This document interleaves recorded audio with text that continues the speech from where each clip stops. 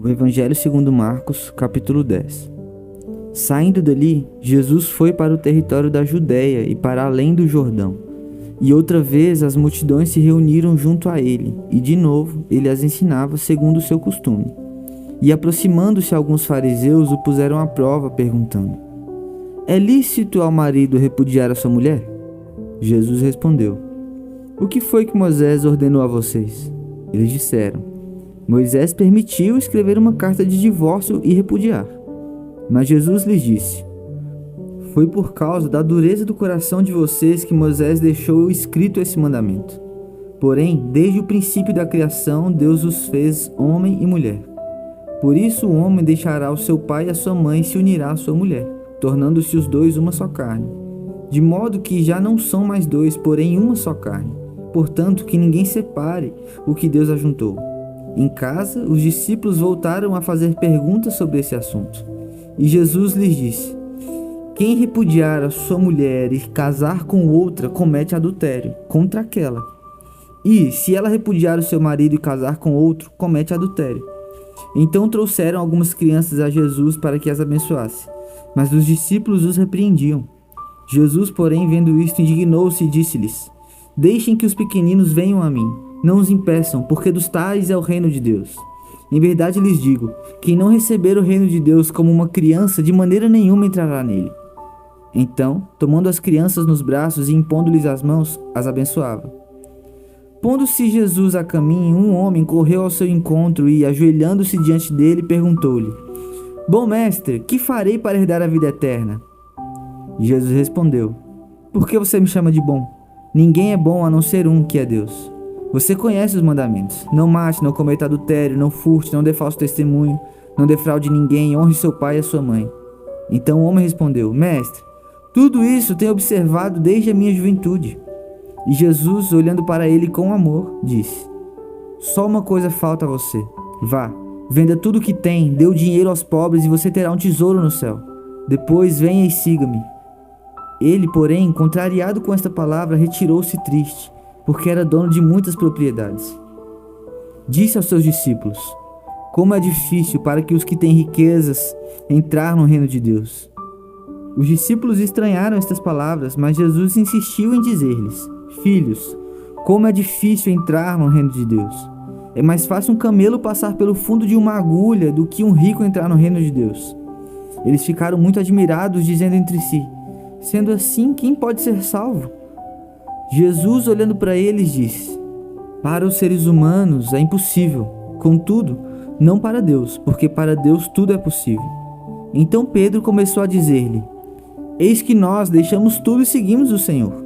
Jesus respondeu: Em verdade lhes digo que não há ninguém que tenha deixado casa, irmãos, irmãs, mãe, pai, filhos ou campos por minha causa e por causa do Evangelho, que não receba já no presente 100 vezes mais casas, irmãos, irmãs, mães, filhos e campos, com perseguições, e no mundo por vir receberá a vida eterna. Porém, muitos primeiros serão últimos e os últimos serão primeiros. Estavam a caminho, subindo para Jerusalém, e Jesus ia diante dos seus discípulos. Estes se admiravam e o seguiam, tomados de apreensões. E Jesus, chamando outra vez os 12 para um lado, começou a revelar-lhes as coisas que deviam acontecer com ele, dizendo: Eis que subimos para Jerusalém, e o Filho do Homem será entregue aos principais sacerdotes e aos escribas. Eles vão condená-lo à morte e entregá-lo aos gentios. Vão zombar dele, cuspir nele, açoitá-lo e matá-lo. Mas depois de 3 dias ressuscitará. Então se aproximaram dele Tiago e João, filhos de Zebedeu, dizendo: Mestre, queremos que o Senhor nos conceda o que vamos pedir. E Jesus lhes perguntou: O que querem que eu lhes faça? Eles responderam: Permite-nos que, na sua glória, nos assentemos um à sua direita e outro à sua esquerda. Mas Jesus lhes disse: Vocês não sabem o que estão pedindo. Será que podem beber o cálice que eu bebo ou receber o batismo com que eu sou batizado? Eles responderam: Podemos. Então Jesus lhes disse: Vocês beberão o cálice que eu bebo e receberão o batismo com que eu sou batizado. Quanto a sentar à minha direita ou à minha esquerda, não me compete concedê-lo, pois é para aqueles a quem está preparado. Quando os outros 10 discípulos ouviram isso, começaram a ficar indignados com Tiago e João. Mas Jesus, chamando todos para junto de si, disse: Vocês sabem que os que são considerados governadores dos povos os dominam e que os seus maiorais exercem autoridade sobre eles. Mas entre vocês não é assim. Pelo contrário, quem quiser tornar-se grande entre vocês, que se coloque a serviço dos outros. E quem quiser ser o primeiro entre vocês, que seja o servo de todos. Pois o próprio Filho do Homem não veio para ser servido, mas para servir e dar a sua vida em resgate de muitos. E foram para Jericó. Quando Jesus saía de Jericó, juntamente com os discípulos e numerosa multidão, Bartimeu, um cego mendigo, filho de Timeu, estava sentado à beira do caminho. E, ouvindo que era Jesus, o Nazareno, começou a gritar: Jesus, filho de Davi, tenha compaixão de mim! E muitos o repreendiam para que se calasse, mas ele gritava cada vez mais: Filho de Davi, tenha compaixão de mim! Jesus parou e disse: Chamem o cego. Chamaram então o cego, dizendo-lhe: Coragem, levante-se, porque ele está chamando você. Atirando a capa para o lado, o cego levantou-se de um salto e foi até onde estava Jesus, que lhe perguntou: O que você quer que eu lhe faça? O cego respondeu: Mestre, que eu possa ver de novo. Então Jesus lhe disse: Vá, a sua fé salvou você. E imediatamente passou a ver e foi seguindo Jesus estrada afora. Capítulo 11. Quando se aproximavam de Jerusalém, de Betfagé e Betânia, junto ao Monte das Oliveiras, Jesus enviou 2 dos seus discípulos e disse-lhes: Vão até a aldeia que está diante de você e logo ao entrar encontrarão preso um jumentinho, o qual ainda ninguém montou. Desprendam o jumentinho e tragam aqui. Se alguém perguntar por que estão fazendo isso, respondam: o Senhor precisa dele e logo o mandará de volta para cá. Então foram e acharam o jumentinho preso, junto ao portão, do lado de fora, na rua, e o desprenderam. Alguns do que ali estavam reclamaram: O que estão fazendo, soltando o jumentinho? Eles, porém, responderam conforme as instruções de Jesus. Então os deixaram ir. Levaram o jumentinho a Jesus, puseram as suas capas sobre o animal e Jesus montou nele. Muitos estenderam as suas capas no caminho, e outros espalharam ramos que tinham cortado nos campos. Tanto os que iam adiante dele, como os que o seguiam, clamavam: Hosana, bendito o que vem em nome do Senhor.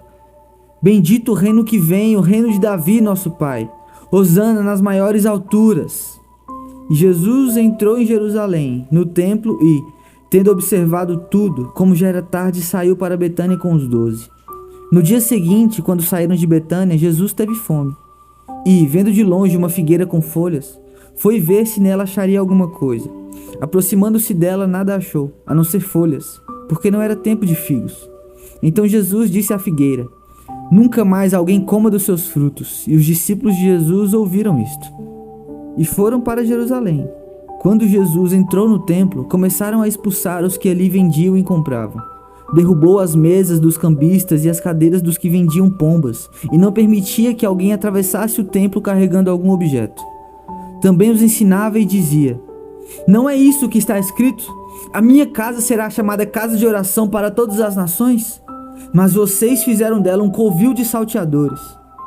E os principais sacerdotes e escribas ouviram isso e procuravam uma maneira de matar Jesus, pois o temiam, porque toda a multidão se maravilhava de sua doutrina. Em vindo a tarde, Jesus e os discípulos saíram da cidade. E passando eles pela manhã, viram que a figueira estava seca desde a raiz. Então Pedro, lembrando-se, falou: Mestre, eis a figueira que o Senhor amaldiçoou ficou seca. Ao que Jesus lhes disse: Tenham fé em Deus. Porque em verdade lhes digo que, se alguém disser a este monte: Levante-se e jogue-se no mar, e não duvidar no seu coração, mas crer que se fará o que diz, assim será com ele. Por isso digo a vocês que tudo que pedirem em oração, creiam que o já receberam, e assim será com vocês. E quando estiverem orando, se tiverem alguma coisa contra alguém, perdoem, para que o Pai de vocês, que está nos céus, perdoe as ofensas de vocês. Mas se vocês não perdoarem, também o Pai de vocês, que está nos céus, não perdoará as ofensas de vocês. Então regressaram para Jerusalém. E enquanto Jesus andava pelo templo, os principais sacerdotes, os escribas e os anciãos vieram ao seu encontro e lhe perguntaram: Com que autoridade você faz estas coisas? Ou quem lhe deu esta autoridade para fazer isto? Jesus respondeu: Eu vou fazer uma pergunta a vocês. Respondam, e eu lhes direi com que autoridade faço estas coisas. O batismo de João era do céu ou dos homens? Respondam. E eles discutiam entre si Se dissermos do céu, ele dirá: então por que não acreditaram nele? Se porém dissermos dos homens, é de temer o povo, porque todos pensavam que João era realmente um profeta. Então responderam a Jesus: não sabemos. E Jesus, por sua vez, lhes disse: então eu também não lhes digo com que autoridade faço estas coisas. Capítulo 12. Depois Jesus começou a falar-lhes por parábola. Um homem plantou uma vinha, pôs uma cerca em volta dela, construiu um lugar, edificou uma torre e arrendou a vinha a uns lavradores. Depois ausentou-se do país. No tempo da colheita, mandou um servo para que recebesse os lavradores a sua parte dos frutos da vinha. Mas os lavradores o agarraram, espancaram e o despacharam de mãos vazias. De novo, enviou-lhes outro servo, e eles bateram na cabeça dele e o insultaram. Mandou ainda outro servo, e estes mataram. Muitos outros lhes enviou, dos quais espancaram uns e mataram outros. Restava-lhe ainda um, o seu filho amado. Por fim, mandou o filho, pensando: o meu filho eles respeitarão. Mas os tais lavradores disseram entre si: este é o herdeiro, venham, vamos matá-lo, e a herança será nossa. E agarrando o filho, mataram-no e o lançaram fora da vinha.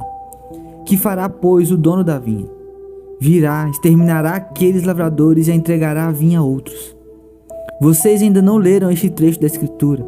A pedra que os construtores rejeitaram, esta veio a ser a pedra angular? Isto procede do Senhor e é maravilhoso aos nossos olhos? E procuravam prender Jesus, porque entenderam que ele havia contado essa parábola contra eles, mas temiam o povo. Então eles o deixaram e foram embora. E enviaram a Jesus alguns dos fariseus e dos herodianos, para que o apanhassem em alguma palavra. Chegando, disseram-lhe: mestre, sabemos que o Senhor é verdadeiro e não se importa com a opinião dos outros, porque não olha a aparência das pessoas, mas segundo a verdade ensina o caminho de Deus. É lícito pagar imposto a César ou não? Devemos ou não devemos pagar? Mas Jesus, percebendo a hipocrisia deles, respondeu: por que vocês estão me pondo à prova? Tragam-me um denário para que eu veja. Então trouxeram. E Jesus lhes perguntou: de quem é esta figura e esta inscrição? Eles responderam: de César. Então Jesus disse: deem a César o que é de César e a Deus o que é de Deus. E muitos se admiraram dele. Então alguns saduceus, que dizem não haver ressurreição, aproximaram-se de Jesus e lhe perguntaram: mestre, Moisés nos deixou escrito que, se um homem morrer e deixar mulher sem filhos, o irmão desse homem deve casar com a viúva e gerar descendentes para o falecido. Havia 7 irmãos. O primeiro casou e morreu sem deixar filhos. O segundo casou com a viúva e morreu, também sem deixar descendência, e o terceiro da mesma forma. E assim os 7 não deixaram descendência. Por fim, depois de todos, morreu também a mulher. Na ressurreição, quando eles ressuscitarem, de qual deles ela será a esposa? Porque os 7 se casaram com ela. Jesus respondeu: será que o erro de vocês não está no fato de não conhecerem as Escrituras nem o poder de Deus? Pois, quando ressuscitarem dentre os mortos, nem casarão nem se darão em casamento, mas serão como os anjos nos céus. Quanto aos mortos, que eles de fato ressuscitam, vocês nunca leram no livro de Moisés, no trecho referente à sarça, como Deus lhe falou? Eu sou o Deus de Abraão, o Deus de Isaque e o Deus de Jacó? Ele não é Deus de mortos, e sim de vivos. Vocês estão completamente enganados. Chegando um dos escribas, que ouviu a discussão entre eles e viu que Jesus tinha dado uma boa resposta, perguntou-lhe: qual é o principal de todos os mandamentos? Jesus respondeu: o principal é: escute, ó Israel, o Senhor nosso Deus é o único Senhor. Ame o Senhor seu Deus de todo o seu coração, de toda a sua alma, de todo o seu entendimento e com toda a sua força. O segundo é: ame o seu próximo como você ama a si mesmo. Não há outro mandamento maior do que estes. Então o escriba disse: muito bem, mestre. E com verdade o Senhor disse que ele é o único e não há outro além dele. E que amar a Deus de todo o coração e de todo entendimento e com todas as forças e amar o próximo como a si mesmo é mais do que todos os holocaustos e sacrifícios. Vendo Jesus que o escriba havia respondido sabiamente, declarou-lhe: você não está longe do reino de Deus. E ninguém mais ousava fazer perguntas a Jesus. Jesus, ensinando no templo, perguntou: como dizem os escribas que o Cristo é filho de Davi? O próprio Davi falou pelo Espírito Santo: disse o Senhor ao meu Senhor: sente-se à minha direita até que eu ponha os seus inimigos debaixo dos seus pés. O próprio Davi chama o Cristo de Senhor. Então como ele pode ser filho de Davi? E a grande multidão o ouvia com prazer. E ao ensinar, Jesus dizia: cuidado com os escribas que gostam de andar com vestes talares e dar saudações nas praças. Buscam as primeiras cadeiras nas sinagogas e os primeiros lugares nos banquetes. Devoram as casas das viúvas e, para o justificar, fazem longas orações. Estes sofrerão juízo muito mais severo. Sentado diante da caixa de ofertas, Jesus observava como o povo lançava ali o dinheiro. Ora, muitos ricos depositavam grandes quantias. Vindo, porém, uma viúva pobre, lançou 2 pequenas moedas correspondentes a um quadrante. E, chamando os seus discípulos, Jesus disse: em verdade lhes digo que esta viúva pobre lançou na caixa de ofertas mais do que todos os ofertantes, porque todos eles deram daquilo que lhes sobrava. Ela, porém, da sua pobreza deu tudo o que possuía, todo o seu sustento. O livro dos Salmos, Salmo número 19. Ao mestre de canto, Salmo de Davi. Os céus proclamam a glória de Deus, e o firmamento anuncia as obras das suas mãos. Um dia discursa a outro dia, e uma noite revela conhecimento a outra noite. Não há linguagem nem há palavras, e deles não se ouve nenhum som. No entanto, por toda a terra se faz ouvir a sua voz, e as suas palavras chegam até os confins do mundo. Aí pôs uma tenda para o sol, que é como um noivo que sai dos seus aposentos e se alegra como um herói a percorrer o seu caminho. Princípio numa extremidade dos céus e até outra vai o seu percurso, e nada pode se esconder do seu calor. A lei do Senhor é perfeita e restaura a alma. O testemunho do Senhor é fiel e dá sabedoria aos simples. Os preceitos do Senhor são retos e alegram o coração. O mandamento do Senhor é puro e ilumina os olhos. O temor do Senhor é límpido e permanece para sempre. Os juízos do Senhor são verdadeiros e todos igualmente justos. São mais desejáveis do que o ouro, mais do que muito ouro depurado, e são mais doces do que o mel e o destilar dos favos. Além disso, por eles se admoesta o teu servo, em os guardar a grande recompensa. Quem há que possa discernir as suas próprias faltas? Absolve-me das que me são ocultas. Também da soberba guarda o teu servo, que ela não me domine. Então serei irrepreensível e ficarei livre da grande transgressão. As palavras dos meus lábios e o meditar do meu coração sejam agradáveis na tua presença, Senhor, rocha minha e redentor meu.